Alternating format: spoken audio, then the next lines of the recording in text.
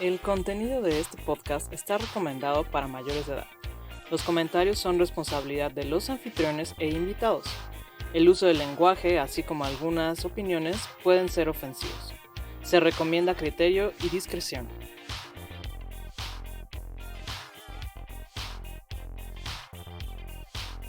Salud amigos y bienvenidos a la segunda parte de este episodio número 2 de la Academia del Podcast de Academia Neta.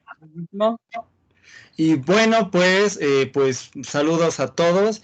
Justamente estamos en esta segunda parte. Estamos con nuestra invitada Marcela Rodríguez. Yo soy Héctor, mi co-host es Katia. Y bueno, esto es Academia Neta, un espacio donde queremos compartir con ustedes pues un poquito del mundo de la investigación, no de los SNI 9000, sino de los pobres de investigadores en desgracia. Y bueno, pues el capítulo pasado, ¿no? La primera parte de este capítulo, Marcela nos platicó un poquito de su proyecto. Y bueno, en esta segunda parte, pues como sabemos, es momento de hablar un poquito más de cuestiones un poquito más personales, ¿no? O sea, ya soltarnos un poquito más. Y bueno, pues abro con esta pequeña pregunta, Marcela. Pues, ¿por qué, cuándo y por qué decidiste que ibas a investigar esto? Ahora sí que, ¿en qué momento fue cuando dijiste, pues esto es lo mío, yo voy tras de esto, es lo que quiero y pues es lo que hago? ¿Cómo fue ese proceso? Pues realmente yo no me asumo todavía como tal, ¿no? Como académica, me cuesta mucho trabajo. Yo era una simple mortal, bueno, sigo siendo una simple mortal, pero trabajaba, ni siquiera estaba graduada o más bien titulada de la carrera y trabajaba escribiendo guiones y haciendo muchísimo trabajo administrativo en el Departamento de Televisión de la Dirección General de Divulgación de la Ciencia. Y en algún momento me di cuenta de que necesitaba incluir otros elementos, además de pues los que ya había aprendido sobre divulgación de la ciencia a mis guiones, que había algo que estaba dejando de fuera y que tenía que ver con aspectos filosóficos, pero yo no lo sabía, ¿no?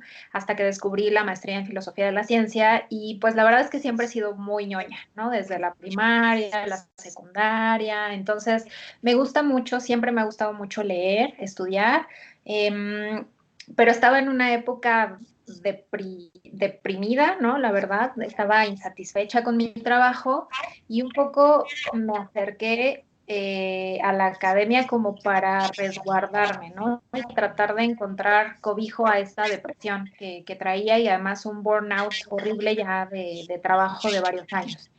Entonces, pues la verdad es que hasta la fecha no me asumo, que ahí te diría que casi por accidente, pero como soy muy ñoña y me gusta mucho leer e investigar, pues bueno, aquí estoy.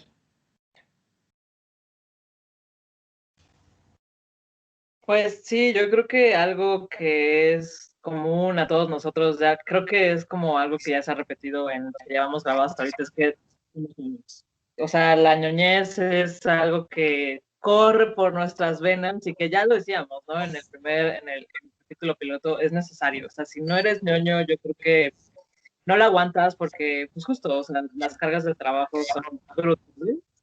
Y luego está como, o sea, parte de lo que te dan, tienes que como sí, es cierto esto que me dijeron, o sea, además tienes que investigar el doble, y bueno, se va haciendo complicado, ¿no? Pero bueno, Marce, ¿cómo explicas a tu familia, a tus amigos que están como fuera de la academia, qué es lo que haces y qué es a lo que te dedicas? Porque también eso es algo como en este grupo de apoyo que se está formando, que es que todos tenemos esto en común también de, no, pues que mi familia no entiende qué es a lo que hago. Sí, bueno, pues es difícil, ¿no? Por ejemplo, a mis mejores amigas que conozco desde los 9, 11 años, eh, pues sí estudiaron una licenciatura, pero hacen otras cosas, ¿no? Una de ellas es contadora, la otra es economista y pues más bien hacen, pues son godines, ¿no? Entonces, pues para ellas es muy difícil entender, o sea, me siguen viendo como la ñoña y entienden que me pagaron en algún tiempo, varios años, maestría y doctorado por estudiar, y saben que ahora doy clases, ¿no? Y ya, o sea, no saben demasiado. También me cuesta un poco de trabajo decirles a qué me dedico. Y bueno, mis papás trabajaron muchos años, mi mamá ahora ya está jubilada, era maestra de la SEP, maestra de secundaria, y mi papá fue, bueno, todavía es trabajador de intendencia también de una secundaria, pero los dos eran siempre muy dedicados a leer y bueno, pues la verdad tuve una infancia privilegiada en ese sentido, porque en mi casa siempre hubo libros y me explicaron, ¿no? Mi mamá me enseñó a leer desde los 4 o 5 años, siempre hubo como esta conexión ñoña, ¿no? Con los libros. Entonces, pues ellos lo entienden, sienten pues como mucho orgullo, ¿no? Son como papás gallina orgullosos. Mi papá ahora está cursando una licenciatura en historia.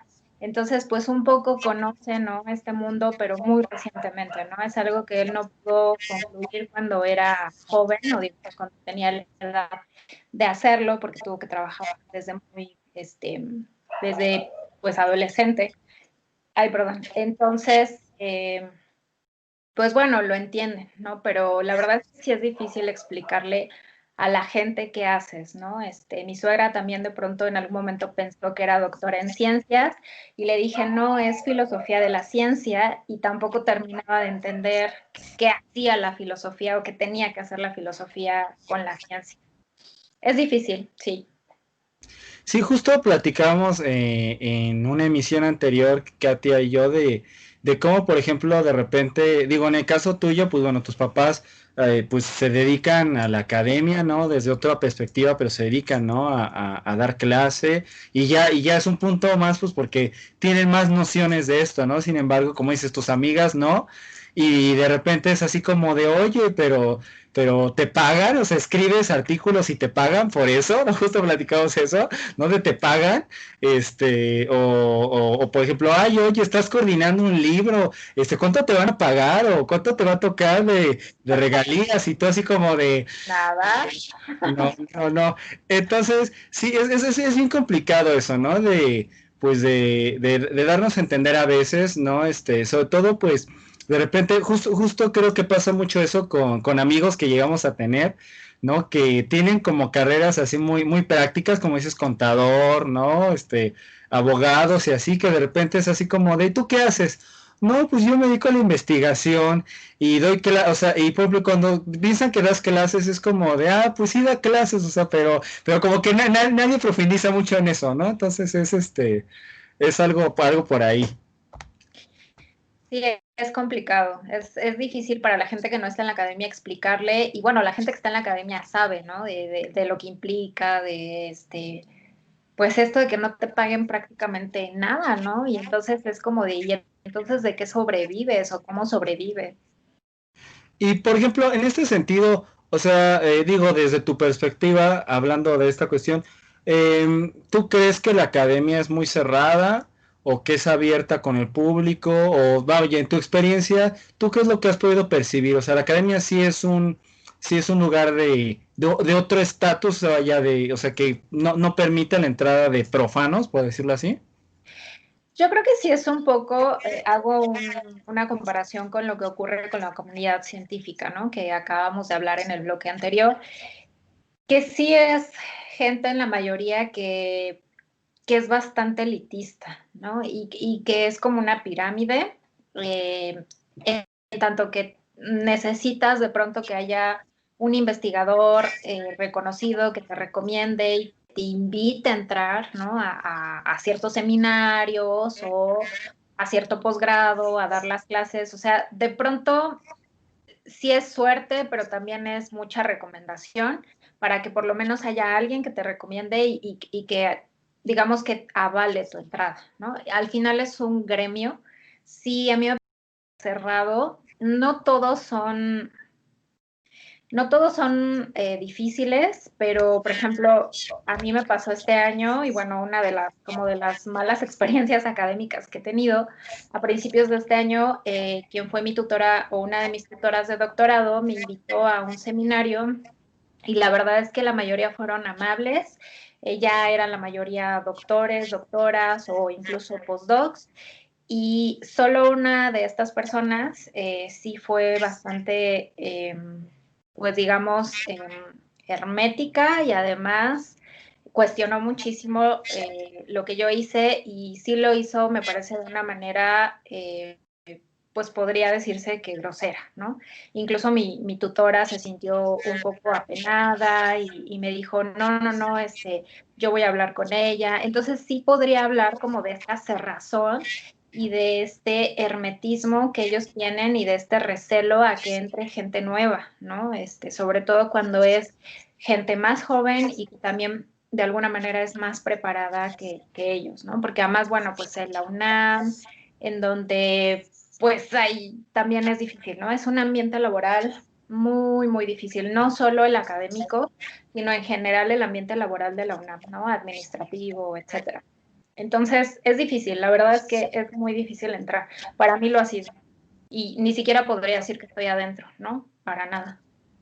Yo creo que todos, ¿no? Yo creo que todos, al menos incluso ahorita que estamos empezando, tenemos en nuestra historia o en nuestra trayectoria como académicos novatos, como una o un what a bitch, ¿no? Que siempre es como, güey, o sea, que todo viene en casa, güey, o sea, que te ensañan que dices, güey, cálmate, o sea, y que normalmente no es lo que se pensaría de la academia, que creo que existe como este prejuicio de que todos son, como decías, ¿no? Que son como muy elitistas, que son como muy correctos, que son muy impecables, y no es cierto, no es cierto, o sea, es un pinche atolladero en el que muchas veces te van a chingar si no te sabes cuidar, porque pues hay un chingo de envidias y hay todas estas cosas, ¿no? Pero ni modo, por ahí nos tocó cruzar, y bueno, creo que tú eres el ejemplo otra vez de alguien que tuvo una mala experiencia, que he tenido que pasar por esto en lo que llamamos de la academia, ¿no? Pero bueno, vamos a dejar en pausa estos traumas que todos tenemos y vamos a hablar como de algo más positivo. Marce, ¿qué dirías que es lo que te inspira a hacer investigación y a hacer lo que haces? Pues creo que las generaciones que vienen atrás o al lado de nosotros, cuando veo a mis alumnos, la verdad es que yo me di cuenta muy recientemente, empecé a dar clases, y me di cuenta de que me encantaba leer sus proyectos de investigación y ver los avances que van teniendo, ¿no? Bueno, ni siquiera hemos llegado a la mitad del semestre y yo ya veo que he podido ayudarles a algunos y algunas a esclarecer un poco sus temas de investigación, que a veces, sobre todo con algunos temas en general, puedo hacerles recomendaciones de lecturas y que eso les hace la vida un poquito más fácil, ¿no?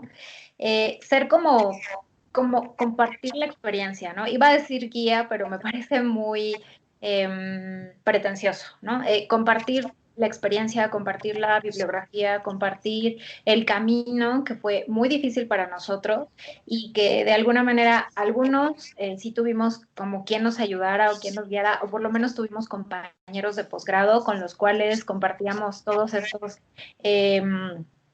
problemas, conflictos, vicisitudes, ¿no? Y la verdad es que es muy padre ver cómo puedes ayudarle a otras personas, y finalmente es lo que te decía, ¿no? Siento que es una pirámide y que hay alguien arriba que te dio la mano hacia abajo y que tú subiste, y poco a poco tú vas jalando a más gente, y eso me parece muy gratificante, ¿no? Porque realmente necesitamos más gente que comparta el conocimiento y que incluso supere todo lo que nosotros conocemos. Y bueno, en este caso, por ejemplo, tú nos comentabas que, pues tú, bueno, tú consideras que llegaste a este mundo académico casi por casualidad, ¿no?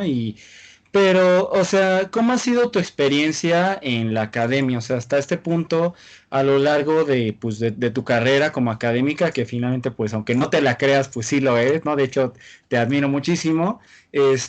¿Cómo es que ha sido tu experiencia hasta este punto? O sea, ¿ha sido buena, ha sido mala? O sea, digo, aparte de ese incidente, pues, ¿cómo lo calificarías? ¿Cómo nos platicarías un poquito de eso?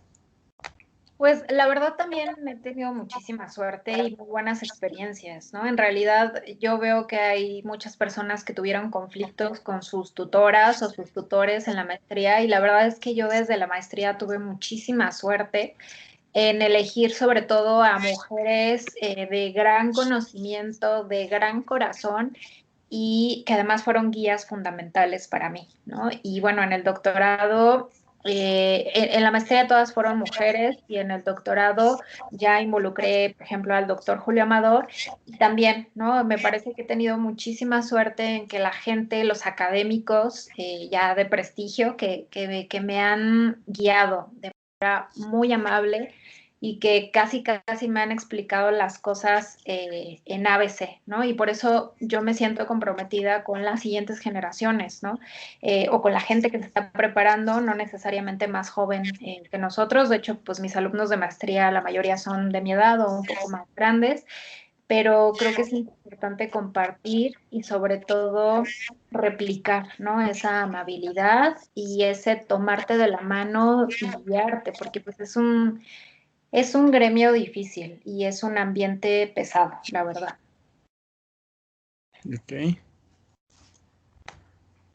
Y Marce, ¿y cuál dirías que ha sido como, o más bien si tienes el chisme, o sea, cuál ha sido el chisme más cañón del que te has enterado en tu trayectoria académica?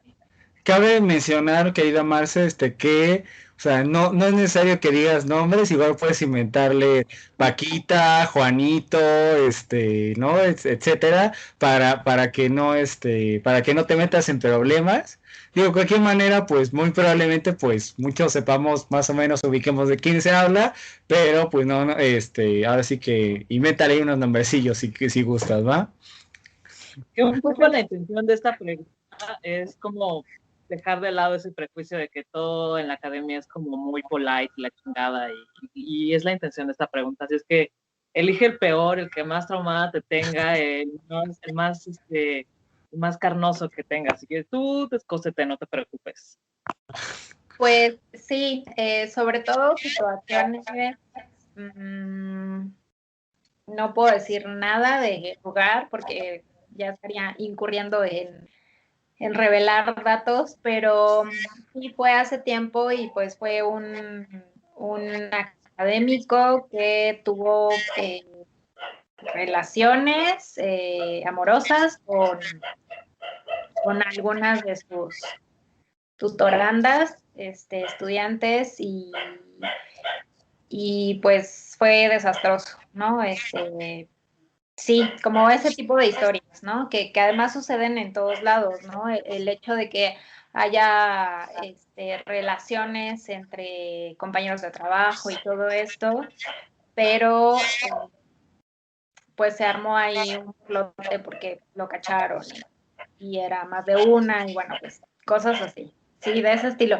Y que además pues pasan en todos los gremios, ¿no? Pero como bien dices, bueno, uno pensaría que en la academia, ay no, como todo es trabajo intelectual. Y pues no, la gente pues son personas, ¿no? Con bajas pasiones y con chistes y con todo esto.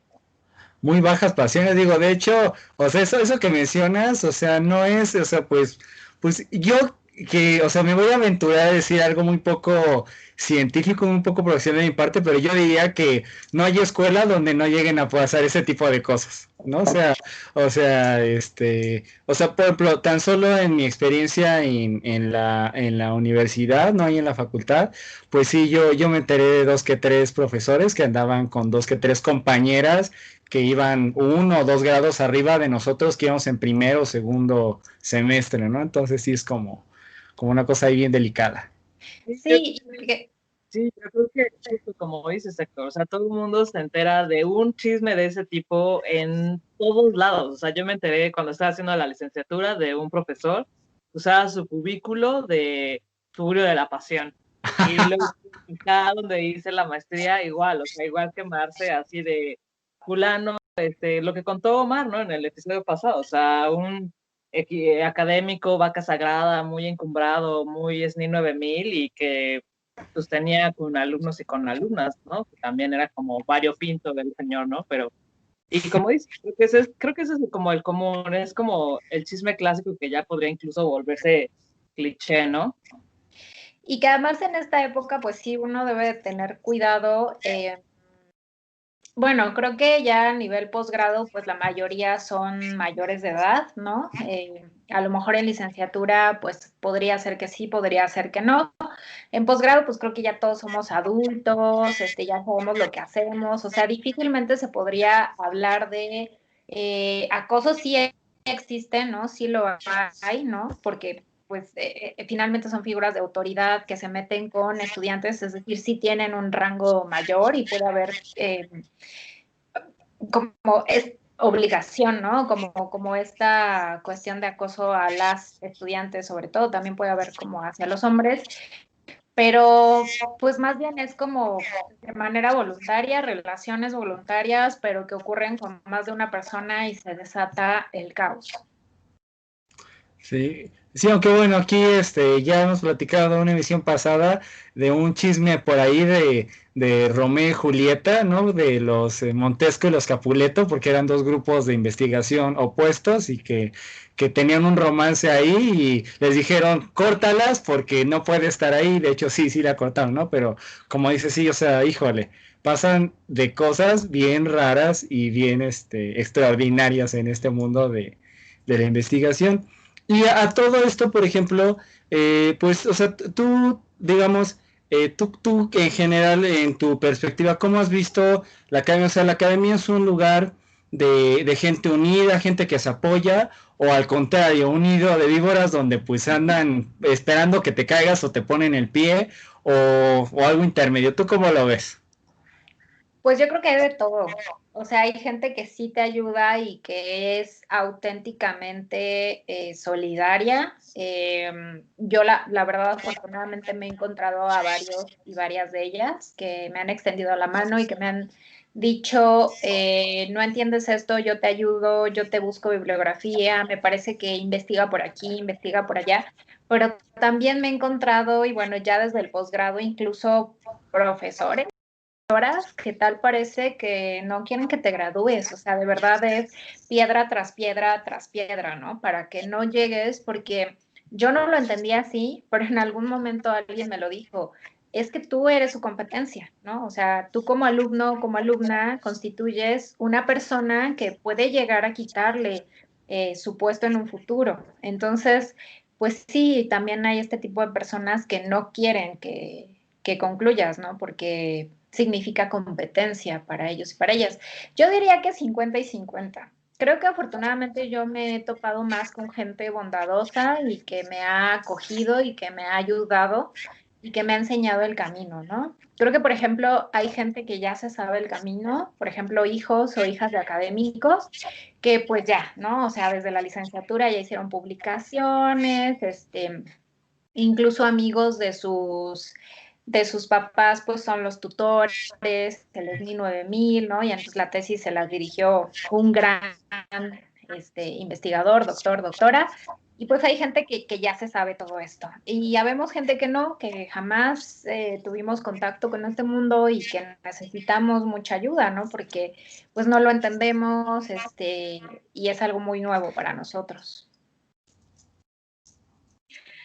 Y Marce, ¿tú dirías que, siguiendo esta misma pregunta, tú dirías que es momento de que la academia se vuelva transdisciplinaria con toda la polémica que implica el término propio o que debe seguirse hiperespecializando? ¿Tú qué opinas?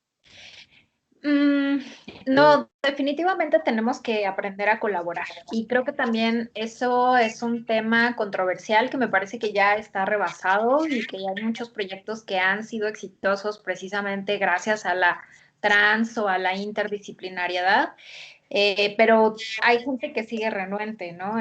Lo mismo, hablamos de este mismo tipo de gente que piensa que entre más hermético sea, la gente, entre más oscuro y más especializado sea su área, va a haber menor posibilidad de que haya gente que lo entienda y que llegue a ocupar ese puesto, ¿no?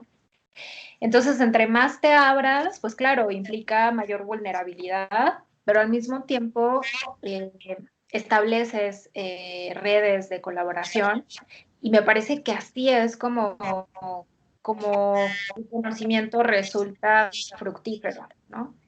De todos tipos de conocimiento científico y del área de las humanidades. Entonces, precisamente creo que esa convergencia de las ciencias y las humanidades es importantísima. esa convergencia interdisciplinaria entre el área de las ciencias y las humanidades es fundamental para ya empezar a superar como diferentes problemas que tenemos. Y creo que sí es una solución para la academia, pero desafortunadamente no toda la gente está preparada. Ok, y Marce, un par de preguntas que creo que son muy, muy importantes. Ah, en este caso, ¿te arrepientes de haber elegido este heroico y adverso camino de la academia? Primera pregunta, y la segunda que va ligada a esa. O sea, ¿tú te imaginas haciendo algo distinto, no? O sea, si sí, ¿qué sería? ¿Por qué? Pues creo que no me arrepiento, creo que en este punto ya no tengo de otra, ¿no? Ya estoy como con las manos, con el lodo como a la altura del codo, ¿no? Creo que a estas alturas de la vida ya elegir otra profesión o dedicarme a otra área de investigación, pues ya sería perder tiempo. Entiendo que necesito seguir picando piedra y creo que ya lo acepté, ¿no? Estoy dispuesta a hacerlo. Si no me dedicara a esto, eh, pues bueno, cuando era niña, por ejemplo, cuando estaba en la secundaria, quería hacer videos musicales. Y bueno, pues más o menos terminé haciendo eso, ¿no? Producción, guiones, o sea, sí se relaciona. Soy también cinéfila, me gustan mucho las películas. Entonces, no terminé tan alejada de lo que quería hacer, ¿no? Creo que no le he fallado del todo a mi niña interior. Ok, perfecto. Qué padre, está muy chingón. Yo mencionaba la primera vez que yo soy atleta frustrada y nada que ver lo que hago, pero bueno, esos traumas son otra cosa.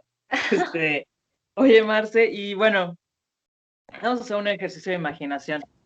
Supón tú que tienes todos los recursos, que vivimos en un mundo ideal, en el que puedes desarrollar tu tema de investigación a placer y que todo va a fluir perfectamente bien y que no hay gente que te va a poner el pie. ¿Cómo sería esa utopía o ese mundo ideal en términos llanos de lo que tú quisieras hacer? Creo que estaría constituido por apertura de las instituciones, por ejemplo, de los museos o de los medios de comunicación para hacer divulgación de la ciencia diferente, ¿no? Con una perspectiva filosófica y dejar de hacer divulgación de la ciencia positivista y me pagarían además, ¿no? Por hacerlo, por hacer análisis y por hacer propuestas y por enseñarle a la gente. Creo que esa sería mi utopía. Y que además sí pasa en otros países. Por ejemplo, en España, creo que ya había mencionado a esta investigadora, Bienvenido León, de la Universidad de Pamplona, en Navarra, y él lleva ya muchos años haciendo investigación y análisis de audiovisuales o de documentales de divulgación de la ciencia, y también ha generado le ha enseñado a varias generaciones de estudiantes sobre divulgación de la ciencia audiovisual, ¿no? Y allá sí hay como una línea más o menos importante que él ha impulsado y hay festivales de cine documental también en Estados Unidos y en París. O sea, sí hay países donde hay una preocupación por estudiar esta área específica. Ok, padre, está muy, muy padre. Y Y por ejemplo, ¿cuál sería tu recomendación para alguien que quiere incursionar en este maravilloso mundo de la investigación? ¿No? O sea, ¿cuáles serían tus consejos, los tips que tú les darías para incursionar? ¿Qué es lo que necesitaría? ¿No? O sea, también cuáles son las advertencias que tú les dirías. Creo que sí tiene que ver con ciertas características de la personalidad, ¿no? Creo que la gente que nos dedicamos a esto, pues como decía Katia, somos ñoños desde, a lo mejor no desde chiquititos, ¿no? Porque yo conozco mucha gente que no le fue bien en la primaria, en la secundaria era un desmadre, pero ahora les gusta mucho ñoñar, ¿no? Con temas de investigación. Pero sí diría que somos gente perseverante, con mucha paciencia y pues que sí tenemos la piel más o menos dura, ¿no? Que aguantamos, pues esto que comentábamos, ¿no? Las dificultades de la gente que no siempre es amable, y la verdad es que en esta época, o sea, creo que somos de las primeras generaciones que sufrimos tanto, ¿no? Que ya somos, bueno, yo ya casi no me falta mucho para llegar a los 40 y ya se me van todas las oportunidades, ¿no? Todas estas plazas para las que se concursan, bueno, tiene más de un año que he concursado a muchas de ellas y en ninguna me he quedado, ¿no? Y me angustia porque ya voy a llegar a la edad límite. Y creo que eso no le pasó, por ejemplo, a nuestros tutores o tutoras, porque ellos antes de los 30 ya tenían una plaza asegurada. Entonces, pues también es como cierta capacidad de resiliencia y de, ni modo, no te quedaste en esto y tienes que seguir mandando currículum y tienes que seguir concursando por otras plazas, ¿no? Entonces también es esa capacidad de seguir, de perseverar.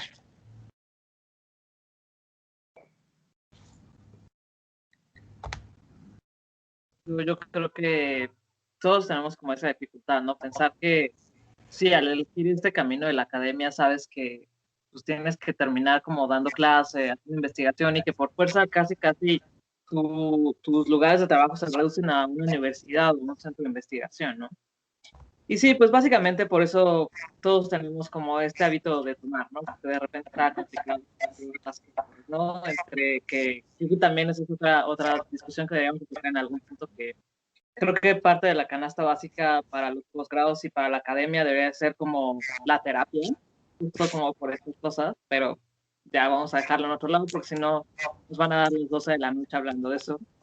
Yo creo que ya podemos empezar a cerrar ya con la última pregunta. No sé, fuera como, digo, sabemos que nos tenemos que estar manteniendo actualizados y demás, pero ¿qué, qué cosas sigues en redes sociales? ¿Qué tipo de series te gustan? ¿Qué libros lees?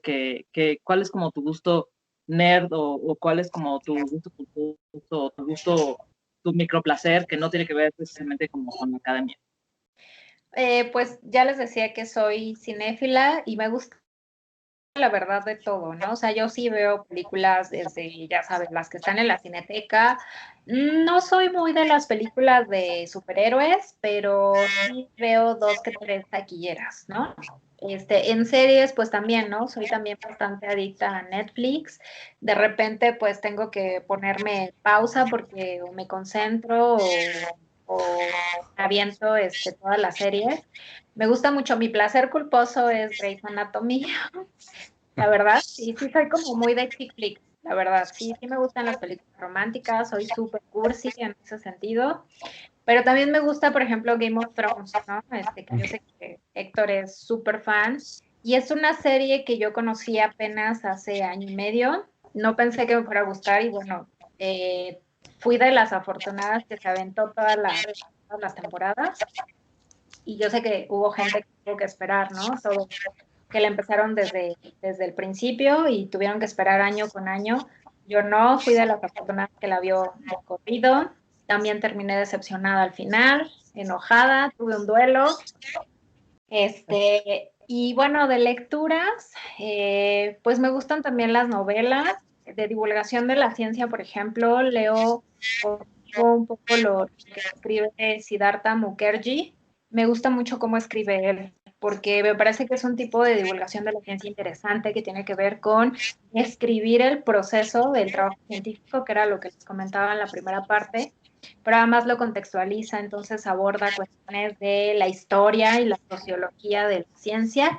Específicamente, bueno, él es doctor, entonces hace divulgación de la medicina y pues me encanta, ¿no? Les digo, Grey's Anatomy soy fan, entonces pues más o menos tiene que ver ahí con mis gustos. ¿Y qué más? Pues también las series. Me gusta mucho la versión remasterizada que hicieron de Cosmos, en la que es presentador Neil deGrasse Tyson. De hecho, iba a ser era la otra opción para hacer análisis de audiovisuales de divulgación. Y disfruto también los documentales o las series de David Attenborough, ¿no? Me gusta mucho verlos. Tales de naturaleza no soy tan fan. Me gusta sobre todo el universo, documentales sobre el cosmos y medicina. Ok. Pues digo, suena bastante bien, ¿no? Y aparte como que bastante variado, ¿no? O sea, y Sí, como nos dice Marce, pasó de las películas románticas a Game of Thrones, donde todo es tan trágico y tan crudo, ¿no? Pero pues está fantástico, Marce, está fantástico, ¿no? Güey, Pues Grey's Anatomy también es súper dramático, catastrófico, o sea, te lleva la maldita de Shonda Rhimes, te trae de duelo en duelo, creo que cada 4 capítulos o diario, o sea, en cada capítulo terminas moqueando, o sea, también es dramático, amigo. sí, de pronto sí, pero bueno, pues es inevitable esa adicción que ha generado, porque además son personajes que sigues desde hace 14, 15, 16 años, o sea, es increíble, ¿no? La verdad es que también es un ejemplo, ¿no? De producción y de cuestiones dramáticas, que de hecho, bueno, también es algo de lo que carece un poco la divulgación de la ciencia, ¿no? Bueno, la buena divulgación de la ciencia sí tiene buenos arcos dramáticos, porque sigue esta Fórmula. secuencia narrativa del viaje del héroe, la buena divulgación audiovisual, pero pues eso es algo que se tiene que aprender y que no fácilmente se desarrolla. Entonces, pues también de la ficción y del drama se aprende mucho para divulgar bien. justo, de hecho, yo creo que sería importante en este sentido integrar esa parte de, pues, vaya, de lo que es el pensamiento mítico, ¿no? Que es lo narrativo, lo simbólico, a eso, perdonen, pero es que tenía que entrar eso, justamente para que la gente se conecte, ¿no? Porque Claro. eso es lo que hace que la gente se conecte con algo, ¿no? O sea, sabemos, digo, o sea, podemos ser idealistas y pensar que la gente es racional, que es lógica, que usa su intelecto por encima de las cosas, pero la realidad es que no es cierto, la realidad es que la gente se va más por cuestiones emocionales, cuestiones simbólicas, cuestiones inconscientes, que no sabe por qué le gustan, que no sabe por qué se identifica con ellas, pero se identifica con ellas, ¿no? Entonces, yo sí pienso que, como dices, que es importante pues que la ciencia deje de cerrarse y decir así tiene que ser, así lo tienen que consumir, y empezar a trabajar para adecuar los contenidos para que la gente le llame la atención, se apropie de esos contenidos y los replique, ¿no? Yo creo que es una parte muy importante. Claro, y todos amamos un buen drama, todos, o sea, porque es algo que es inherente a nosotros, ¿no? Está en los mitos, está en los cuentos que nos cuentan o que nos contaban desde pequeños y en la narración que vemos en las películas, por eso nos fascina, ¿no? Las narrativas, ya sean novelas o ya sean películas. Y, por ejemplo, el documental que yo analicé utiliza estos recursos mítico, mágicos. Por ejemplo, en el CERN, y fue algo que a mí me sorprendió muchísimo, hay una escultura de Shiva Nataraya que regaló el gobierno de la India en conmemoración de los años de colaboración que tenían sus investigadores en el CERN. Y el documentalista que lleva a cabo este relato sobre la detección del bosón de Higgs lo utiliza como leitmotiv y como motivo no solo mitológico, sino también narrativo al principio y al final del documental, porque finalmente Shiva Nataraya es una figura que hace referencia a mitos escatológicos y el mito del origen del universo, ¿no? Que tiene que ver con esto, con detectar una partícula que da cuenta del origen del universo, ¿no? Recrean. Entonces, tiene muchísimo que ver. Y si atendiéramos esto y si lo juntáramos y si no lo separáramos, sería muchísimo más amable para el público, definitivamente. Sí, yo creo que tenemos todos como nuestra fantasía no sexual que tiene que ver con la academia, en el que nos imaginamos, en el que toda la gente se acerca a la ciencia de maneras muy distintas y empieza a entender que la ciencia está presente desde lo más mínimo y cotidiana, ¿no? O sea, y no nada más la ciencia entendida como la ciencia dura, como la física, la química, no, o sea, también la ciencia, lo que decía del mito, ¿no? Y que bueno, me alegro que mi buen amigo Héctor haya metido su cuchara mitológica en la plática, porque, claro, o sea, la gente no se da cuenta de por qué nos enganchamos tanto con una serie, pues porque hay detrás esta construcción narrativa que ya decías, ¿no? Pero bueno, al menos creo que como probada ya está como para la gente, para que se empiece a cuestionar como, wow, estoy entendiendo por qué compro tanto esta serie, que no puedo zafarme de este personaje, etcétera, etcétera, etcétera. Es parte como de lo que queremos hacer. Pero bueno, vamos llegando al final de esta segunda parte, de este segundo capítulo del podcast. No sé si quieran agregar algo, Héctor, Marce, antes de que cerremos y nos tiramos para ya acabarnos nuestro juego feliz. Pues yo simplemente pues agradecerle muchísimo a Marce su participación en este episodio, en este nuevo episodio. Ha sido pues un gran aporte, ¿no? Porque en este caso pues nos centras más en esta cuestión de lo que debe ser la divulgación de la ciencia, ¿no? De cuál es la importancia, o sea, en este caso no de cómo hacer ciencia o de cómo realizar una investigación, sino de cómo darla a conocer, que creo que es la parte más complicada y una de las piezas clave en esta relación entre pues la comunidad de la academia y el público, ¿no? O sea, que la gente realmente pues esté informada. No, evidentemente no pedimos que se hagan especialistas, pero que sí que estén informados, ¿no? Y en este caso, pues es de alguien debe caber la cordura de adecuar el trabajo para que la gente lo conozca, ¿no? Entonces, muchísimas gracias, Marcia. No, al contrario, muchas gracias a ustedes, Héctor y Katia, por invitarme. La verdad me la pasé muy bien. Pues ojalá esto ayude a más estudiantes o personas que están en el camino de la academia, para que no se sientan solos, ¿no? Yo lo veo un poco como un grupo de ayuda a lo largo del posgrado. Todos nos damos apoyo, ¿no? Porque pues la verdad es que sí es difícil. Así es. Yo también confío que de este podcast surja un bonito grupo de apoyo en el que fundamentalmente nosotros como académicos novatos y las generaciones que están abajo de nosotros, empecemos a hacer como ya una comunidad, como un tejido ya mucho más unido que el que nos precede, ¿no? Yo también confío en que el progreso o en que la producción científica vaya siendo muy armoniosa en cuanto vayamos teniendo nuestra comunidad, ¿no? Pero bueno, también quiero hacer un especial agradecimiento a Marce. Debo aclarar que parte de la idea fundamental de este podcast y de este proyecto fue gracias a las pláticas que tuve con Marce en los de hermenéutica y la asesoría que Marce me dio para el guión del documental que estoy haciendo del proyecto de la maestría. Y bueno, quería aclarar más que nada la importancia también de invitar a Marce el día de hoy era pues porque de esas pláticas y del proyecto de Marce surgió esta idea y bueno, me alegra ver que salió a la luz y que haya aceptado la invitación. Listo. Al contrario, pues estamos para apoyarnos. Muchísimas gracias a ustedes.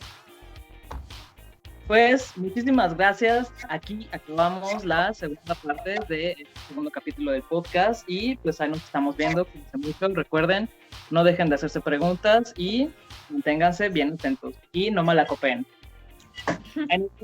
Muchas gracias, salud y